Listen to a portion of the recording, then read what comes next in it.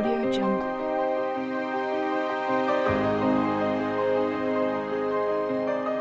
Assalamualaikum warahmatullahi wabarakatuh. Saya Astri Septianingsi dari kelas 6 Perbankan Syariah C, Fakultas Ekonomi dan Bisnis Islam IAIN Purwokerto, angkatan tahun 2017. Di sini saya akan sedikit menceritakan mengenai akuntansi syariah.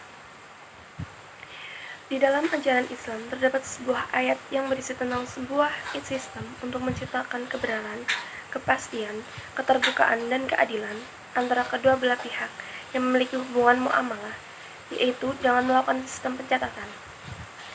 Sistem pencatatan tersebut kita kenal sebagai sistem akuntansi. Berbeda dengan akuntansi pada masa umumnya, sistem akuntansi yang terdapat di dalam Al-Quran berlandasan syariah atau ketentuan-ketentuan yang sesuai dengan ajaran Islam, sehingga sistem pencatatan tersebut kita sebut dengan akuntansi Islam atau akuntansi syariah. Tujuan akuntansi syariah sendiri itu agar menciptakan keberadaban bisnis dengan wawasan humanis, emansipatoris, transendental, dan teologis.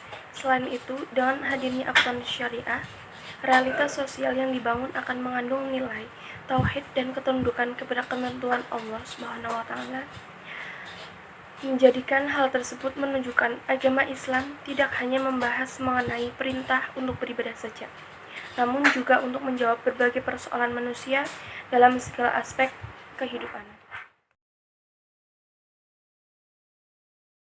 Kembali perkembangan awal akuntansi syariah. Pemikiran akuntansi syariah pada awal perkembangannya adalah seorang ahli matematika, yaitu Musa Al-Khwarizmi. Karena pada awal perkembangannya akuntansi merupakan bagian dari ilmu pasti, yaitu ilmu pengetahuan yang berhubungan dengan perhitungannya, yang memiliki kebenaran absolut dan bersifat matematis serta berhubungan dengan masalah hukum alam. Ilmu pengetahuan itu sendiri yang bersifat kumulatif akan terus berkembang seiring perkembangannya zaman. Begitupun dengan ilmu akuntansi.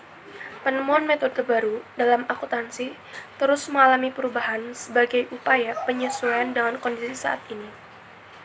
Di dalam proses perkembangannya, akuntansi kemudian lebih cenderung menjadi bagian dari ilmu yang mempelajari fenomena keadaan masyarakat dalam lingkungan yang bersifat relatif atau bisa kita sebut dengan ilmu sosial.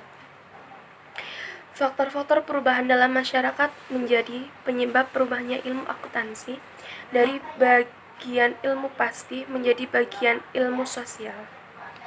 Akuntansi modern telah lebih awal dikembangkan oleh Musa Al-Khwarizmi dengan menggunakan konsep-konsep dasarnya untuk memecahkan persoalan pembagian harta warisan dan praktek bisnis perdagangan secara adil dan sesuai dengan syariah atau ketentuan dalam Al-Quran. Sistem akuntansi pertama ditemukan oleh Islam dengan dasar kesamaan akuntansi seperti yang diperkenalkan oleh Pacioli. Hal tersebut juga didukung dengan majunya peradaban bangsa Arab pada masanya dengan administrasi yang menggunakan praktik pembukuan serta transformasi ilmu pengetahuan dengan ditemukannya aljabar, logaritma, ilmu ekonomi, serta ilmu kedokteran. Jadi, penyataan dimulai pada masa Rasulullah, yaitu saat diturunkannya surah Al-Baqarah ayat 282 tentang perintah pencatatan transaksi non-tunai. Rasulullah kemudian membentuk Hafazatul Amwal atau pengawasan keuangan untuk membersihkan muamalah ma'aliyah atau keuangan dengan menekankan pada pencatatan keuangan. Pada masa Rasulullah, pencatatan dilakukan untuk mengetahui utang piutang serta perputaran uang, seperti pengeluaran dan pemasukan. Selain itu, pencatatan digunakan untuk menghitung harta keseluruhan yang kemudian akan dihitung kadar zakat yang harus dikeluarkan.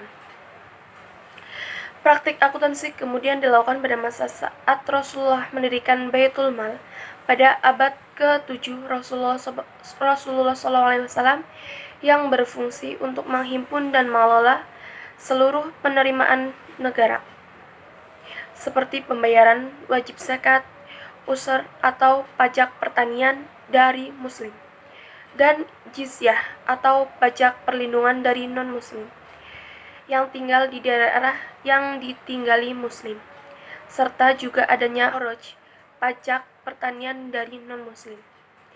Dengan adanya Baitul Mal, mendorong pemerintah membuat laporan keuangan dan melakukan pencatatan pada setiap transaksi seperti pengeluaran yang dibutuhkan untuk kepentingan negara.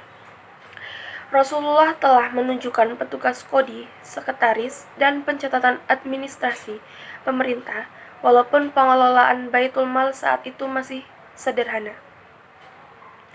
Rasulullah juga melakukan pembagian dan pemisahan tugas bagi setiap petugas Baitul Mal yang dilakukan untuk menjamin terciptanya akuntabilitas. Sekian cerita dari saya, kurang lebihnya mohon maaf. Wabillahi taufiq wal hidayah.